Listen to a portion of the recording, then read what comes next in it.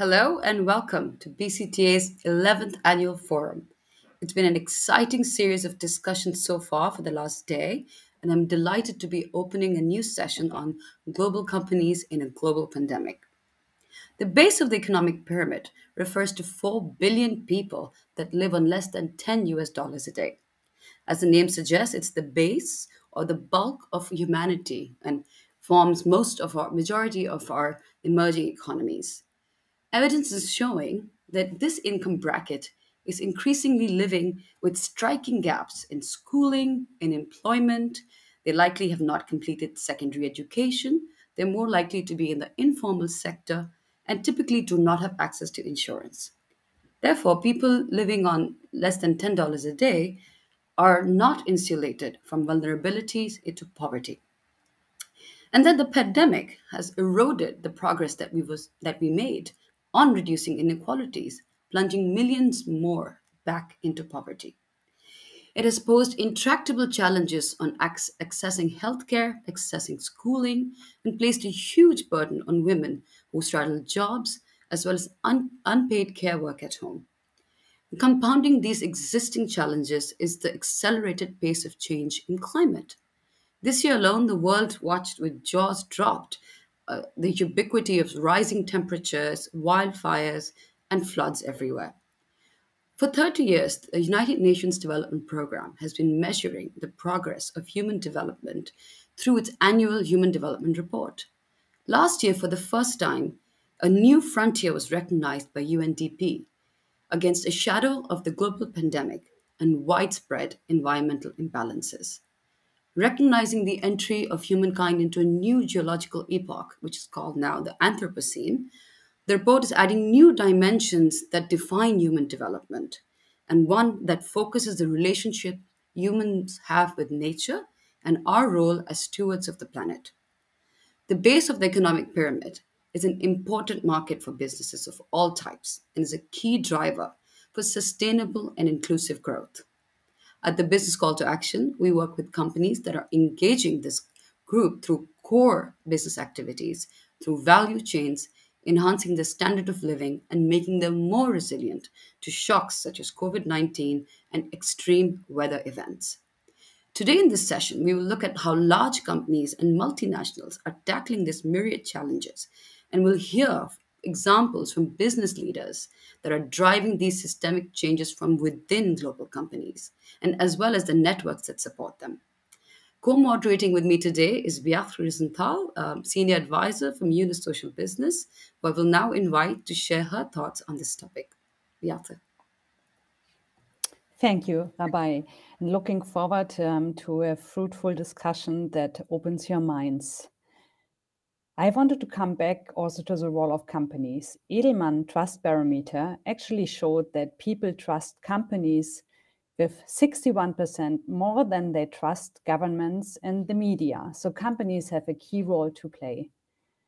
In our research at UNOS Social Business, together with INSEAD, the HEC, and the Schwab, the sister organization of the World Economic Forum, we really saw that companies are increasing their efforts on social innovation, and we established quantitatively the benefits that brings to companies. And therefore, it's creating really a wave of social innovation also from companies that can help to balance some of the imbalance we see in this world.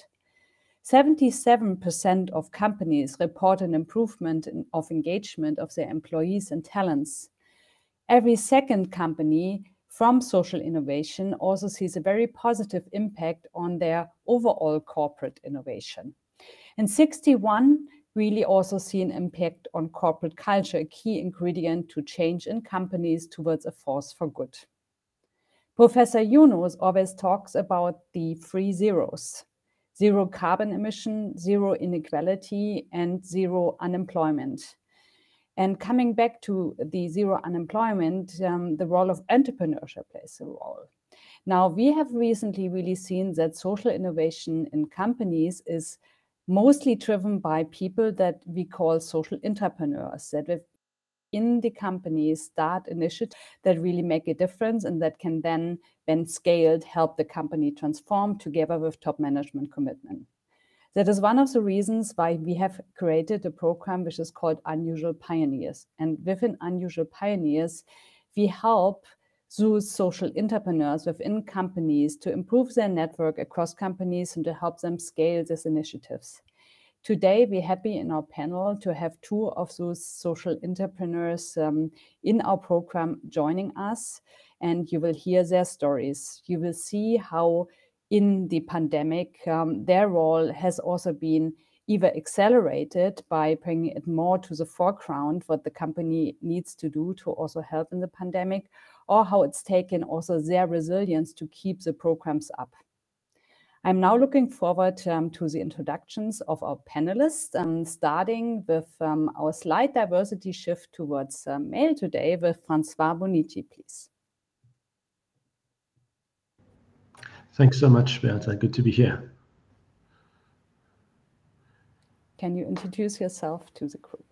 Of course, thank you so much. So yes, I'm the director of the Schwab Foundation for Social Entrepreneurship and head of social innovation at the World Economic Forum. You just want introductions at this point, Beata? Yes, thank you. Thanks. We also have Sophie Fajour here, the EVPA lead for European Corporate Initiatives. Could you introduce yourself, Sophie? Thank you, Beate. Yeah, so my name is Sophie Fajour. I'm leading EVPA Corporate Initiative in Europe. EVPA is the leading European network of investors for impact with 300 foundation, impact funds, and corporates. And yeah, we'll tell you more in a minute. Is Gans with us? Next. Yeah. Go ahead, Beate. So next we have Garance. Hello, everyone. It's great to be here, I have to say. I'm Garance, and I take care of everything linked to the financial inclusion business of the AXA Group. Thank you. And last but not least, we have Agnes from Club Med. Yes, hello everybody, and thank you very much for this invitation. My name is Agnès Veil, and I'm in charge of sustainability at Club Med since 2005, and I'm also in charge of the Corporate Foundation. Foundation, by the way, that is a pioneering one since it has been created in the 1970s. So in this respect, I had the opportunity to initiate a partnership with AgriSud, and we'll maybe talk about it later on. Great. Definitely come to this. So moving back to Rabai for our deeper discussion. Thank you, Beate. So we'll go through a first round of questions, and feel free to take about 5-6 minutes per person to answer it. And I want to have the same question for all of you. I touched upon 3 different challenges: a pandemic, accelerated climate change, and worsening inequalities. From your perspective, what are the opportunities and challenges that are facing corporations today as they reckon with these systemic changes afloat? François, we'll start with you. Thanks so much, Rabai, and to Beata as well. These are big questions, and so I'm looking forward to hearing everyone's perspective on it. I think I'll start from our perspective. As I said, at the World Economic Forum, we've been working since the beginning of the pandemic on actually understanding collectively what is the role of business, what can they play in that immediate crisis. At the beginning, created something called the COVID Action Platform to really connect large business directly with the WHO, with Gavi, and with countries. In the process of all that, I also kind of work at the Schwab Foundation for Social Entrepreneurship, which is really the bottom up.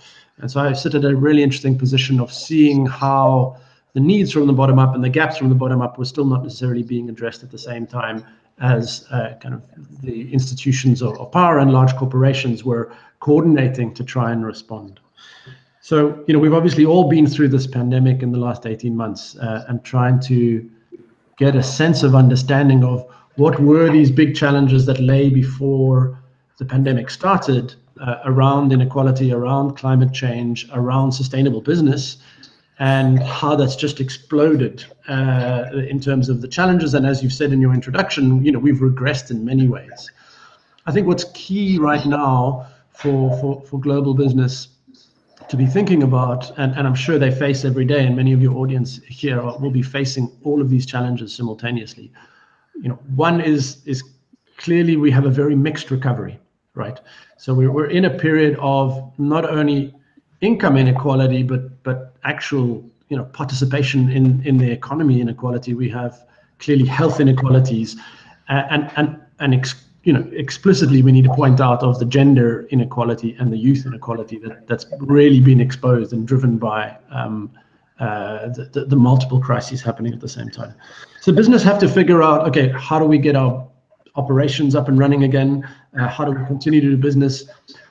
The things that we've pivoted, and there've been incredible examples of how businesses did pivot to respond during the pandemic, and it was critical to that. Whether it was from vaccine production to mass production to provision of support in local communities. Most businesses found a purpose and a role over and above their business agenda, and that was a really positive moment, I think, to hold on to. But as we come into recovery periods of the economy, and again, some businesses have done extremely well in this period, others have really suffered, and we've seen that depending on the industry. They face now these big challenges in re-engaging their workforce, coming back to work, and so each of these challenges is an opportunity to address the systemic challenges you spoke about. So as we think about new working models, the flexibility of working models, well, depending on the industry, what that looks like, where is talent going at the moment? Each of those is an opportunity to think about gender. Each of those is an opportunity to think about youth. So purely from a business perspective, I think up until the pandemic, we were talking about almost a moral responsibility to work on global inequality, to think about climate change. There were clear movements towards understanding business's role as that being actually a business responsibility as much as a moral responsibility. And we had 50 years of shareholder capitalism. And at the end of 2019, the Business Roundtable, the World Economic Forum annual meeting, the beginning of 2020, the World Economic Forum has really pushed the shareholder, the stakeholder perspective of business for 50 years, and really felt like we came into that moment of recognizing, okay, business needs to think about all of its stakeholders, but the way that Professor Schwab, the founder of the World Economic Forum, has spoken about the stakeholder concept is not only that business needs to think about its stakeholders, but business itself is a stakeholder. So it's not business at the center, but actually we are all equal stakeholders in our collective future, right? So I think taking that perspective, and I think that came to the fore in the pandemic. Obviously, the challenge for all of us is how do we sustain that mindset and recognize that only in that prosperous, inclusive future will business survive. And so it's moving from that sense of that opportunity that we've had to pivot to actually start to think about each of these crises, systemic challenges as not only kind of business responsibility opportunities, but actually positive opportunities. So at the World Economic Forum, we've made a very strong agenda for why closing the gender gap, whether it's on pay, on seniority, on employment, has been clear evidence that it's very positive for business, why diversity is very positive for business, why social inclusion is positive for business, and also how actually positive nature and nature business models actually presents a massive opportunity. So in all of in all of those moments, we really see opportunities, and so I think I'm going to leave it here to allow others to speak specifically about what their particular business is facing. And we'll speak a little bit more about entrepreneurship and why we think entrepreneurs play a really important role, because business are facing, whether it's compliance issues and opportunities around ESG, or whether it's core strategy set by leadership who've really taken up their role in this concept of stakeholder business. We still need to make it happen. And so I think that's the challenge right now. There are lots of good examples, and I can give you a few as we speak a bit more, but I'm sure we'll hear from the other panelists. So I'll leave it there. Thank you, Francois. I thank you for that. And I really like that you think that it's no longer a nice to have, a moral choice, but it's more about our collective existence and our future that will, regardless of whether we do something about it today or not, is coming for us. So I would want to now turn to Grants. I think same question: the opportunities and challenges for businesses as they tackle these big changes. Thank you very much. And I think it's great. I'm going to try and not supplement, but complement what François said. So as you were saying, it's obvious for everyone that the pandemic has clearly highlighted that a large proportion of populations in developing and emerging countries cannot access quality healthcare. And it was the case before the pandemic, but at least it gave the world this global crash course on health, sort of health 101, to become aware of it for those that were not. And so a lot of people every year fall into poverty. So they're, on the ABCDE income pyramid, from high net worth, mass affluent, mass market, low income, poverty. They go from D to E, which is the main contributor to E, is actually the people that were in D, right? And so what we know is that today at least 400 million people lack access to essential health services across the world, and that's a very conservative number. It's actually probably 400 million households. Every year, 120 million people are pushed into poverty, and 150 million suffer financial, literally, catastrophe because of out-of-pocket expenditure on health. And there's an additional 150 million people who are going to be pushed into extreme poverty by COVID-19, according to the World Bank, at the end of 2021. So obviously, low health insurance penetration aggravates the problem of financing healthcare, right? But investments in healthcare suffer, again, the other way around, because if they're not properly utilized and maintained. So, as I was saying, COVID has made everyone more receptive to insurance, as evidenced by there's raising demand in health insurance and telehealth, for example, consultation that is offered with insurance, even very, very small products, has been rising in many economies, rich and poor, a lot in the emerging world. It's accelerated, for example, access, but the whole of the insurance industry's agenda in terms of digital health, which has helped a lot. So, for example, in 1 year, AXA went from 100,000 people covered on teleconsultation to 2 million. That's the case across insurers. And when we look at the rate of utilization, it's quite interesting.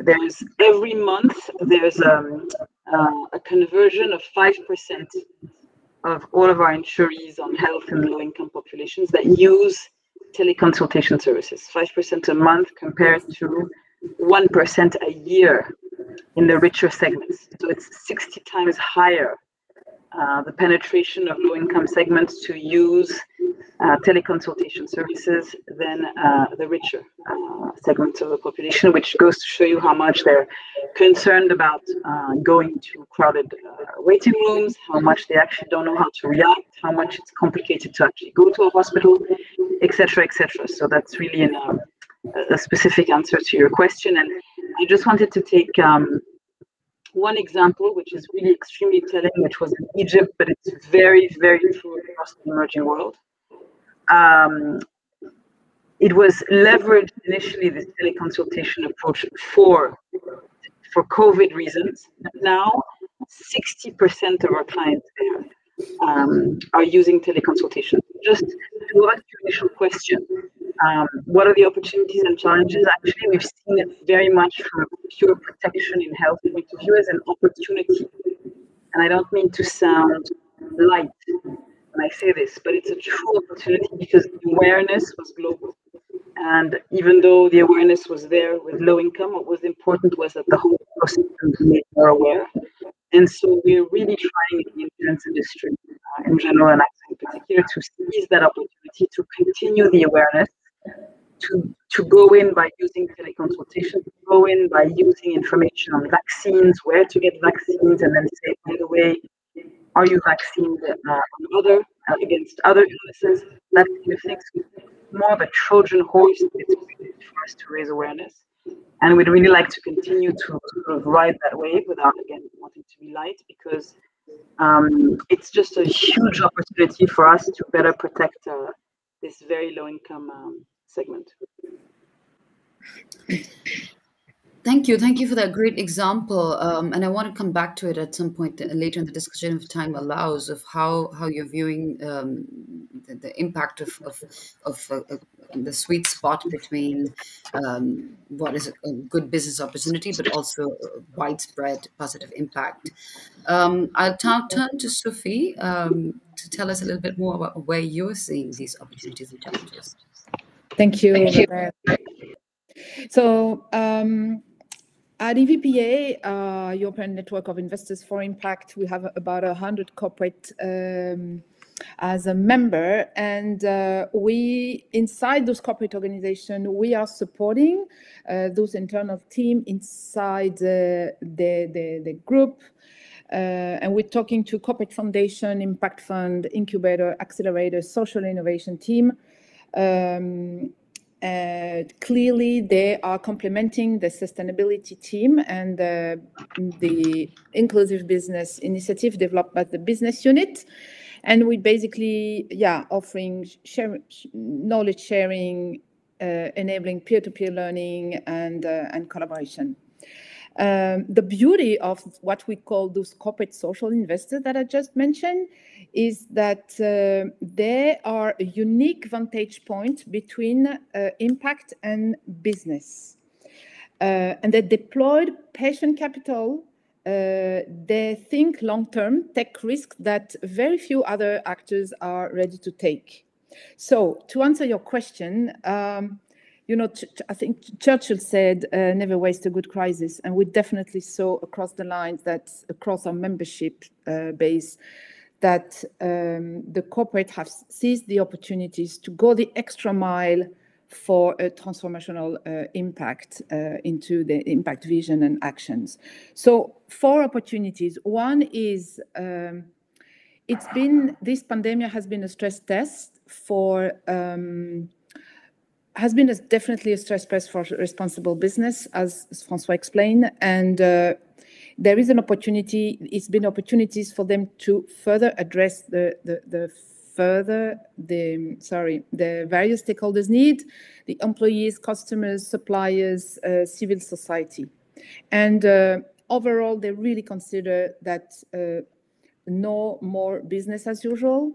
It's a clear call for an impact-led and inclusive economic recovery, taking into account the different stakeholders, not only the shareholders. This is very clear. And you would listen very often in our community, corporate leaders saying, I don't even like the words build back better, because we don't want to go back. We want to go forward. So there is a true willingness to transform the business into a force for good.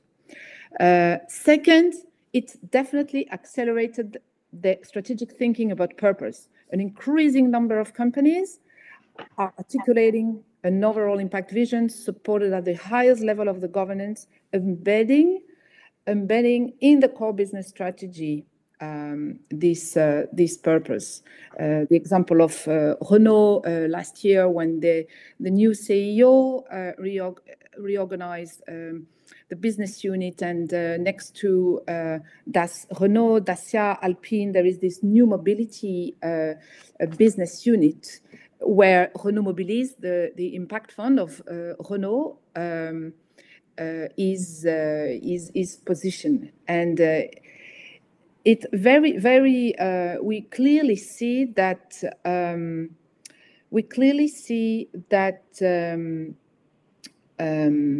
in terms of strategic alignment, the corporate foundation, the corporate impact fund, they really are shifting towards a more industry and business alignment, just to walk the talk of the purpose. That's the company at.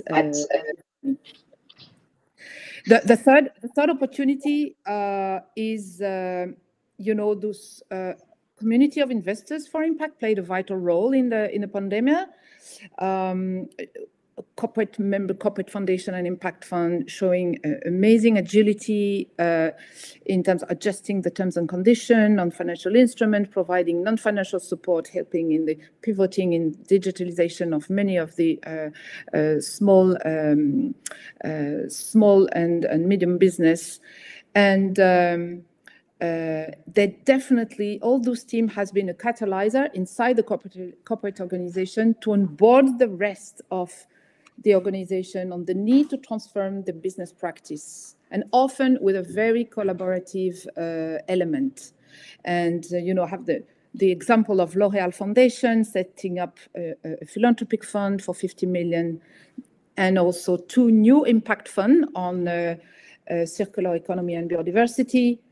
And they developed with AXA, Garance is obviously very on top of this initiative in partnership with AXA. They revisited the supply chain to make it more responsible and inclusive. And typically, they developed this initiative on macro insurance for farmers, namely women, for climate risk and health insurance. So I have many other examples. I will mention the 4th opportunity, which is collaboration, definitely. And the EVPA in last corporate industry survey clearly showed that, all those corporate social investors are heading to a much more collaboration and strategic partnership approach. Very quickly, throwing on the table the challenges. One, I mentioned that, defining the purpose it took me a second to say, but we all know it's a very long journey, and still too many corporates are only revisiting their CSR without putting the purpose at the core of the business strategy. Second, you need to adapt to the governance of the company if you're serious about transformational global impact vision. And you need to be bold, and it definitely requires a reset of leadership to be able to serve those multi-stakeholders, and, as François said, put the business only as one of the stakeholders. Third, collaboration can be sometimes a new competition with external eyes. We saw interesting situation, and we should not underestimate still the ego consideration. Company willing to go alone rather than mutualizing resources. And last but not least, the metrics. Put in place the metrics inside the corporate organization, definitely a challenge. And what you don't measure, you don't manage. And to track the progress in transforming business practice, this is a big, we found it as a big challenge. Thank you for laying that out so clearly, and I hear you that the urgency has mobilized investors, and there's a lot of collaboration. But we have to be a bit careful so we can ascertain where real impact is, if we are really going to make transformational change, to be cognizant of who is just making noise and who's actually having action. Agnes, if you could look at it from Club Med's point of view, what challenge are you seeing and how are you meeting it? Yes, I'll try, like Garance, not to supplement, but just to complement, because I agree with almost everything I heard. And I tried to give more a specific a testimony or illustration of my sector, which has been really very, very much impacted. So many people and sectors have been, but tourism is still completely in it. So I think it's interesting. Just to explain in a few words, to understand where I speak from, 2 words about Club Med for those who don't know Club Med. It's a French tourism company that has been created 70 years ago, and that invented new forms of tourism, among which the all-inclusive holiday. But today it runs around 70 resorts in the world based on upscale and multiculturality positioning. And the initiative I've been working in, and I'm working in unusual Pioneers deals with supporting local farming nearby our site by accompanying small producers in order to have them be able to supply the resource. So what? Did we feel that? I must say that if we consider the stakes we've been talking about, and I won't go back on it, the pressure on the planet, and the tension between people. Well, I started CSR in 2005, and for many years, many years, I must admit that the tourism industry was not really at the forefront of the awareness about climate change, even though many initiatives existed in the environmental and social field. But it was not the most mature sector. And in the maybe 2017, 2019 years, we really saw a deep and acceleration and shift in the awareness. And at this time, the sector experienced trends such as fly shame in Sweden. So people who did not want anymore to take a plane, and a big protest rising against over tourism. And suddenly, at that time, the pandemic arrived. And there was a real shutdown of the industry. It was really impressive.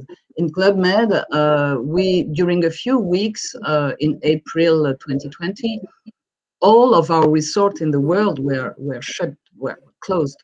We never saw that, never experienced it. And we know all over the world that this happened. So we experienced not the fly shame, but the fly stop. And not over tourism, but under tourism.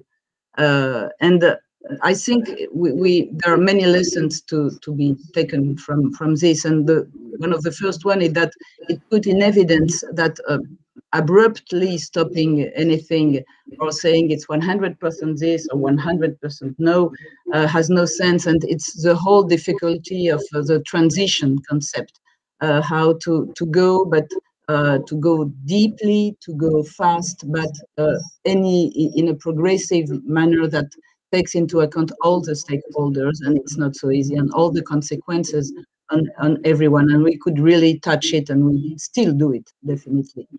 So the difficulty of transition against having a really abrupt positions.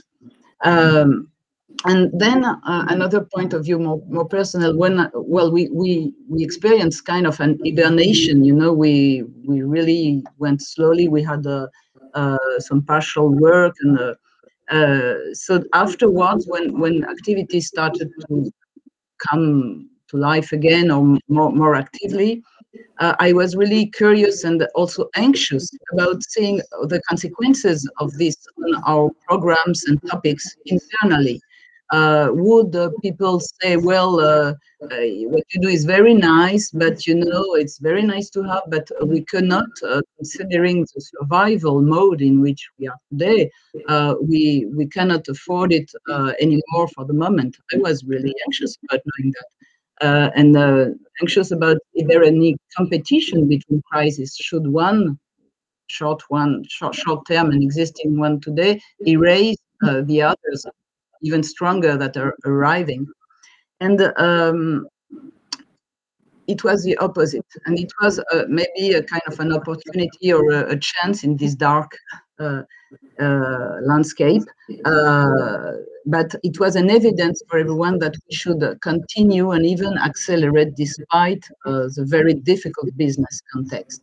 And I thought about that, and I think that for everyone, and we are talking about people in the companies and everywhere and in their minds, I think the pandemic made everyone think and think about the vulnerability and the interdependence in which we live. Think about our relation to nature, our relation to the risk and to the alert. It showed that what was inconceivable, unimaginable, happened, actually. It relates to our relation to inequalities, we saw that, and to the social utility.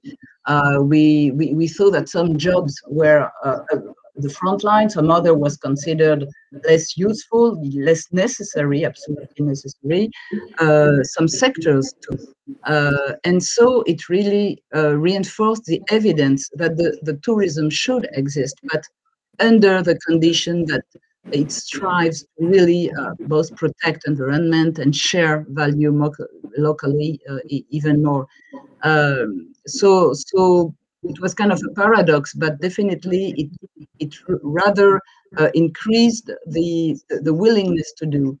And actually, I could obtain the budgets and the continuation of the budgets more easily this year than ever before, and this despite this incredible situation and business situation. So these are two lessons I think are interesting in the way people can react, and it can work in the mindset of the people inside the companies, despite a very, very aggressive impact on the business, which we are still in. In 18 months, we lost almost 1 year of turnover. So it's interesting to see that despite this, programs can continue. Thank you. I hear you on the challenges, but also then the sense of the time that we only have sort of 9 years for SDGs, and then the climate action not even a few more. So the transition is what's going to need to do to speed up a little bit. So there's going to be a lot of these painful moments for corporations. BCtA, I hand over the baton to you for the next round of questions. Thank you. Thank you. So a lot of topics to build on. I would love to move the discussion a little bit also back to the role of companies on purpose transformation on the one hand, that we've heard Sophie also talk about, and on what it requires to change in terms of the governance, etc. And on the other hand, the role of social innovation and social entrepreneurship, especially in those times where the urgency increases and companies see more and more pressure from all kinds of stakeholders to actually change. Francois, what are your impressions, maybe fresh from the World Economic Forum Sustainable Development Impact Summit on this topic, or even sharing some of your insights from your recently published book on the systems work of social change? I'm sure you have some perspective both from the, let's say, side of the management of companies, but also from the social entrepreneur angle. Thank you so much, Beata. And of course, on our partnership together on Unusual Pioneers, or looking at corporate entrepreneurs. So,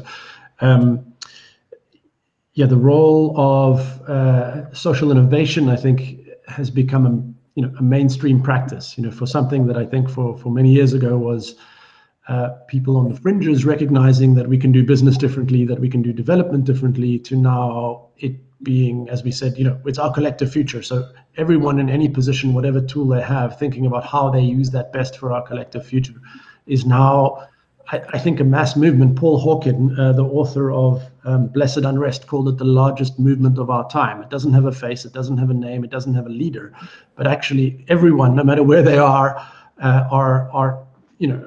challenged by what is around them and thinking about, well, how do we address this and how can we be creative, because it's clear that we're stuck.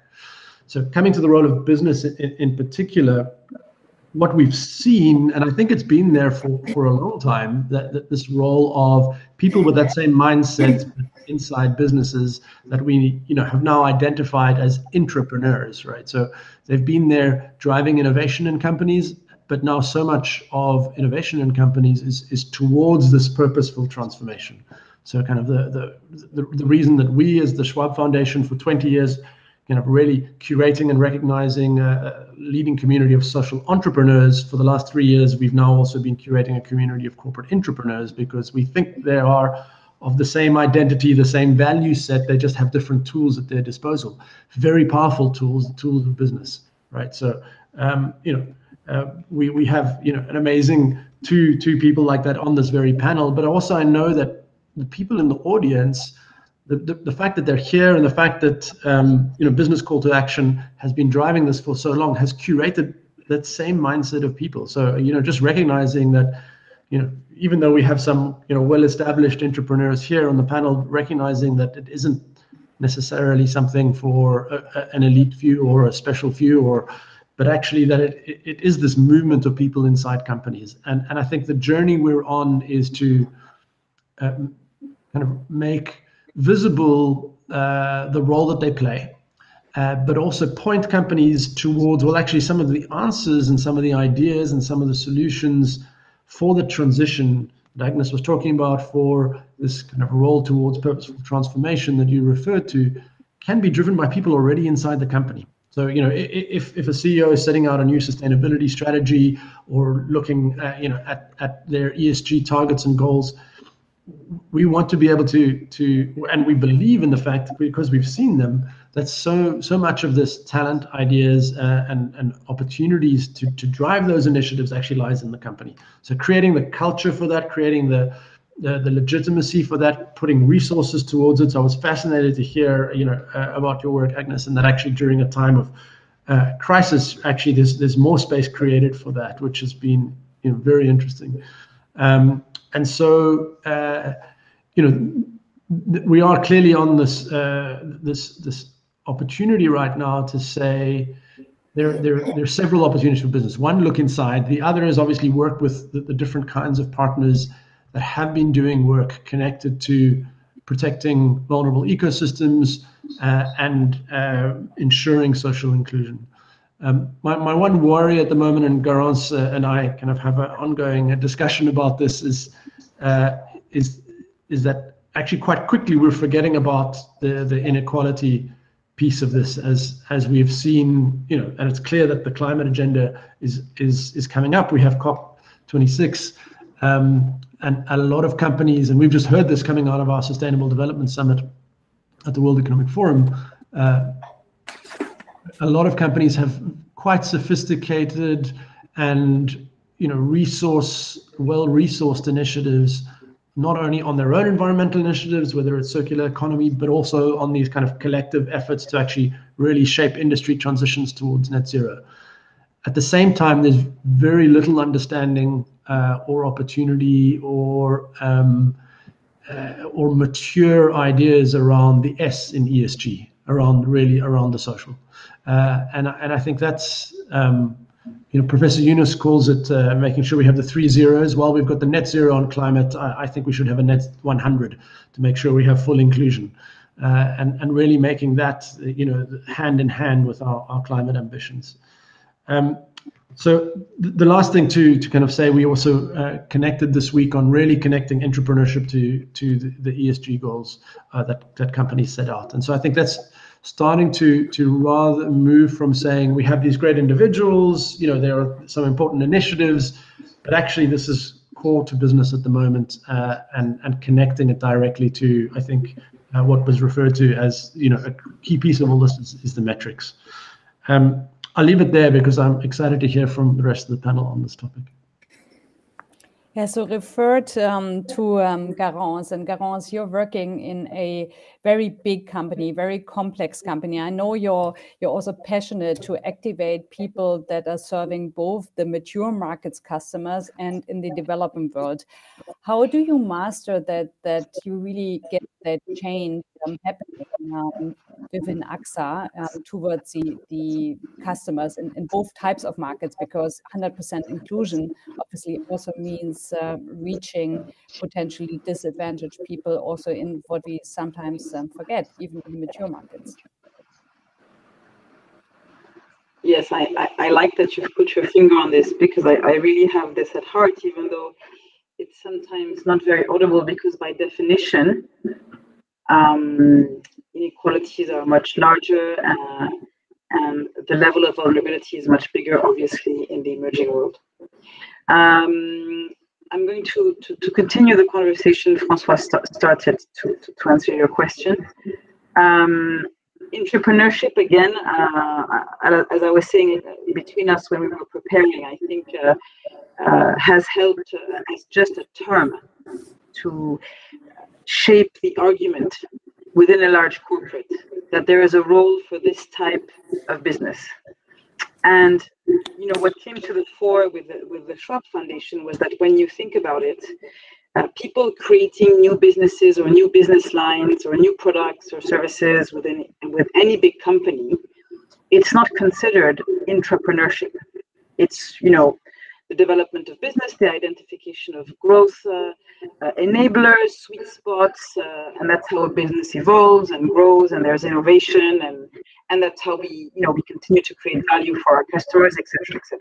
So usually now entrepreneurship, which is a great driver internally for a CEO, when you go and see them and say, I would like to drive an entrepreneurial business, it goes without saying that it's going to have a social element to it, which is extremely good and extremely bad.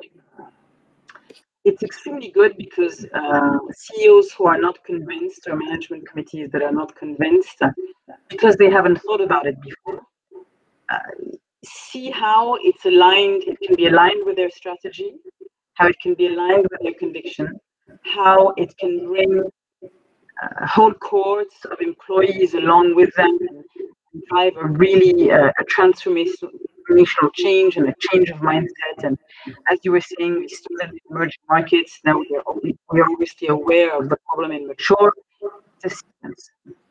It's aligned with what was initially a nice to have, what was said in the beginning, now is a must have. We don't have a choice, it's great. And analysts and investors are really putting the pressure on companies, and that's very important because they are the holders of the short term. And I have to say, I've given up the fight about killing quarterly reporting or even half-yearly reporting. It's difficult. But where I find it very complicated, and it's to your point about purpose-driven transformation and how we push that from within a complex organization, is that it's very difficult to say no, in the sense that senior management, so the CEO and his direct reports, it's very complicated for them to say no, sorry, we're not going to support your social business, because we do not want to support people who are vulnerable. I don't know in what forum it's actually possible to say that.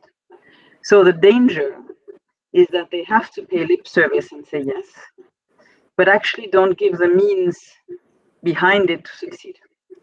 So it's even worse, I find, than being told no. And so where we have to be very careful is, I think, one, making sure that the person in front of you is saying yes, and not because they can't say no, or not to please you, or not because they're scared of you, or not because you're friends with their daughter, or whatever it is. But they're saying yes with a whole variety of, this is how I'm going to help you. And I think that's where I was lucky in AXA, is that the CEO and senior management are convinced. Now, where it becomes, so that's a box to tick, right? But where the transformational change, I think, socially, in terms of the social impact, is complicated, and this is something that the Schwab Foundation addresses, and actually, to be honest, even conversations with UNDP, etc., who's starting to play a sort of bridge between these types of communities, is how do you bring in together large organizations who have assets at their disposal, who have an expertise, who are often quite tired of being looked at as just with dollar bills, right? Because they also want to be able to bring their distribution networks, their knowledge, their relationship with regulators, etc., etc. How do you put them in contact with the right social entrepreneurs who will bring exactly the flexibility and agility needed to test things out, to be adaptable, that big corporations need? So if I take just a very concrete example, that doesn't come immediately to everyone's mind. If we look at, so I'm looking at beyond shareholder value, right? Really at social and economic outcomes and the broader stakeholders. It's been very effective for us to work with governments, in particular on health, because we've improved health communication and population engagement. So it's sort of smart, supplementary private insurance products that complement social health insurance schemes, which can only focus on core basic health needs, right? And so this actually keeps out of-pocket expenses, but it still lowers the burden of public health budgets. And actually, we were able to do this in several occasions thanks to social entrepreneurs who were A, in contact with governments, B, helped us build the technology, and C, they helped us run pilots or tests without having to go back internally, go into these crazy governance processes to say we need to recruit 4 people and we need a marketing budget and we need a business development budget and we need an IT and operations software as a service platform and we all have to invest in that and that's permanent and structural investment. No, we worked with social entrepreneurs who enabled us to, in a way, the just transition. It's the wrong, it's not what it usually means, but which then enabled us to prove that things could be done. And then it goes from being a vicious circle to a virtuous circle. Did this take us time? It took us a lot of time. Are we starting to have a model? I think yes. And yes, it's an alignment of planets, which is going to be a different alignment depending on the company.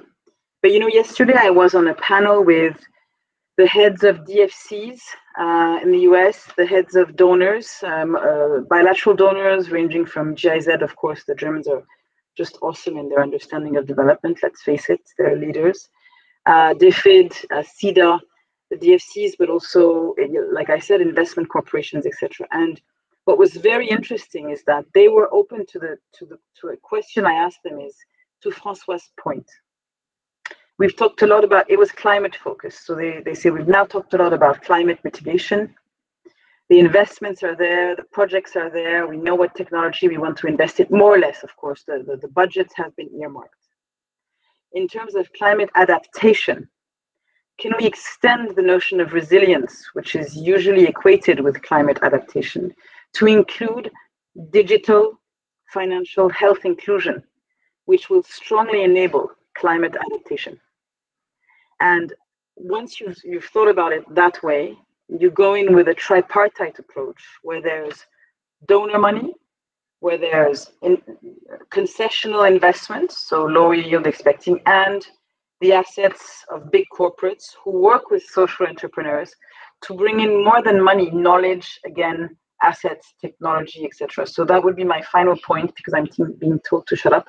That I think if we bring up that tripartite type of partnership, to answer your question on transformation with a purpose, I think that would be a good next step if we all did it together. Well, thank you, Laurence. It just shows that this topic is so deep that there are a lot of important aspects to build on. So as you talked also about the financing side, I'd love to also see, Sophie, from your perspective, does impact investing contribute and change? And do they actually also from the investment side, do you see that there is, an evaluation and a pressure that goes beyond removing risks for investment and really a push? Can you share your perspective here? Thank you. Thank you very much, Beate. Indeed. So as we said, C-level executives are increasingly thinking of finding the purpose of the company, and consequently, as part of walking the talk of implementing this purpose, we have seen an acceleration in the strategic thinking on the opportunity to set up impact investing. And I have to say that a number of multinationals are thinking about it across Europe. All of them will not create a fund very short term, but at least they clearly identify that this type of vehicle is clearly a natural bridge between impact and business. And even conceptually, you would have C-level executive at the COMEX and board members really understand that it's a good combination in terms of DNA. It's combined really the financial and the societal objective. So I think it's a good news, this it's definitely part of going the extra mile on this S of SDG, because I totally agree. companies are full speed on the E. Just, they got ready, getting ready for when the environmental taxonomy came earlier this year. And they know that 3 years, 5 years down the road, we don't know. It will take long, but the social taxonomy is coming. So impact investing is a very good way to get ready for that. And there is a clear, and why, obviously there is a strategic reason, technical reason. But in the strategic reason, technical reason, just very quickly, it's going beyond grant, using equity and debt to literally change the engine of the car, where the entrepreneurs is onboarded with you as an investor. But on the strategic side, there is a clear recognition of the key role of social entrepreneurs, which are game changer. They understand that those people have a unique ability to address complex social issues, developing a solution with the systemic change approach, addressing the multi-stakeholders, capturing the multi-stakeholders' voices to have this solution being successful. And clearly the corporate can learn out of that. This is one of the 2 leading reasons why setting up an impact fund inside corporate organization. And clearly they use those impact funds as a learning lab for business. So it's a very much a win-win type of approach, and serving social innovation, better supporting underserved communities, especially on the S, but also business innovation, because it helps transforming business practice more sustainable, more inclusive. Give a couple of examples. We all heard about the Unilever Fund for Climate and Nature for $1 billion. Very interestingly, more and more of those funds are funded by the brands themselves. So budget comes from the business unit, which is quite remarkable and new. Same with the Danone Water Funds, and the water brands from Danone are funding this initiative. But Philips Foundation and the company, they're setting up a fund quite remarkable with a double blended finance mechanism, because they are collaborating with, you literally have 2. One, they join the coalition, the Health Finance Coalition, collaborating with Rockefeller Foundation, with U.S. Government for Development Department, with Call Foundation, and this double blended finance mechanism really allows them to go well beyond cracking this social solution they need to put in place to support the underserved community on the health side, especially in Africa. And Orange Venture Funds, it was very much a mainstream, out of the mainstream Orange Venture Capital Fund. They developed an impact investing fund dedicated to really close the digital equity gap for underserved communities. So very, very remarkable. The second level is really collaboration, and the corporates apply innovative approach. And on the S, where they're less comfortable than the E, less ready, they really develop strategic partnership with organizations who are able to onboard them on the S on a very complementary manner. And I end with that, the example of Repsol Foundation. They team up with the largest foundation in Spain, which is ONCE. And ONCE Foundation, together they created a company to recycle electronic devices. And it's triple impact: economic, social, and environmental. And the social part is very much about having, giving access to job to handicapped and workforce, including underserved population in the workforce. So I stop there because Yes. curious to know more. Yeah, so it's really amazing to see all of those examples that are very encouraging, that the world is indeed changing. And we've heard a lot about also external partnership examples and how internal partnership and internal alignment obviously plays a key role, and what internal things in companies need to change. Now, if we hear from Agnes one more time, you've obviously gone through a situation where it needs a lot of resilience to keep going where you're going, both on the E and on the S side, where the tourist industry is going through probably unprecedented times of challenges. How do you manage to actually gain internal partnership to continue to, get the support that you mentioned that is morally there, but that actually makes something happen? Okay, I'll try to be very quick because I know we are running out of time. For the internal partnership, I think I talked about it earlier in the way the minds are oriented, and we continue this way. And I think it was more an opportunity than a risk for this kind of mindset. But maybe to the question, more broad, very broad question of how social entrepreneurship can drive change, I will have a very, very broad and synthetic and schematic answer, and maybe just an example of resilience of the programs. Very broadly speaking, I think it drives change in two main directions. For all the reasons we saw, we need more sense for the people, and we need more acceptability, local and global acceptability of what the companies do.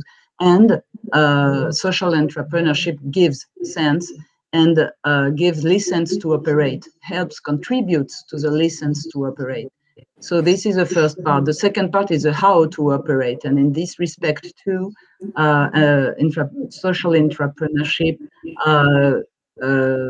carries some very positive specificities. It demonstrates efficiency and feasibility of a management based on trust and autonomy. It illustrates that partnering internally but also externally is essential and really contributes to show the way on how to go for it internally for other topics. It fosters engagement, it fosters innovation. The list could be continued, but I'll make it short. And this is for the broad benefits I can really feel in my company. But to put it in the context of the crisis, just an example of the resilience of the programs themselves. For the one I'm talking about, the green farmers, but you could find the same in other direction. When you contribute through your business to many stakeholders, when the business is at risk, more stakeholders are at risk. And when the business is shut down for tourism, it's the same for the ones that you had included with inclusive business. So what happened when in Senegal we saw that we could not open our resort last winter because of the pandemic, we knew the impact on the business, on the clients, on the employees, but also the indirect impact on the people living from it. And among them, these Senegalese green farmers. And we decided not to stop buying products to them. We decided to continue to buy so that they can continue to do their job and to earn money with dignity. And we decided to buy other products, not to supply the resort that was closed, but to supply, to give products and baskets to fragilized families in the communities, fragilized by the crisis. And we created a new loop, a virtuous loop, which will definitely continue afterwards when the business will start again. the producers will produce both for the resource and for this community-oriented production, and it will open them also to more local markets. And I know, for example, that AgriSud in Cambodia had the same kind of partnership with hotels and restaurants, and when it shut down, they decided to turn themselves towards supermarkets, and now they have, when it will start again, they will have two different demands to supply. And so it was kind of a business opportunity. And I think this is thanks to the really entrepreneurial mindset behind it from the companies, from the farmers themselves. And I think this is a very good example of resilience. I'm happy to share with you. Thank you. I wish to talk more for hours with you all, but I've been told that we've run out of time. I thank you all very much for being here with us today and sharing your thoughts and examples and your perspectives. And if there's any questions in the audience, I'll be sending them your way separately. Thank you so much. Bye-bye. Thank you, everyone.